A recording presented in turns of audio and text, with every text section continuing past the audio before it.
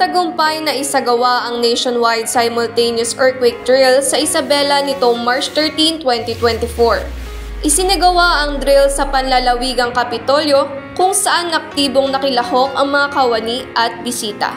Sinimulan ang drill sa pamamagitan ng isang simulated earthquake kung saan agad nag-duck, cover, and hold ang mga kalahok sa ilalim ng matitibay na mga mesa at lamesa. Matapos ang simulated shaking, isinagawa ang mga sunod-sunod na pagsasanay na kinabibilang ng evacuation procedures, pag-activate ng incident command post, search and rescue operations sa mga simulated na mga nagbagsakan na gusali, at inspeksyon sa mga posibleng panganib. Ayon sa mga opisyal, ang layunin ng drill ay upang mapaghandaan ang mga mamamayan sa mga posibleng lindol at matutunan ang mga tamang hakbang upang maligtas ang kanilang sarili sa panahon ng sakuna.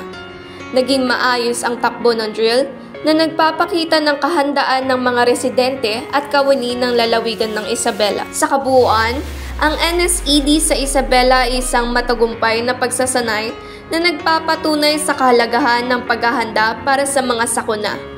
Muli nitong ipinakita ang kahandaan ng mga mamamayan at lokal na pamahalaan sa pagharap sa mga hamon ng mga kalamidad.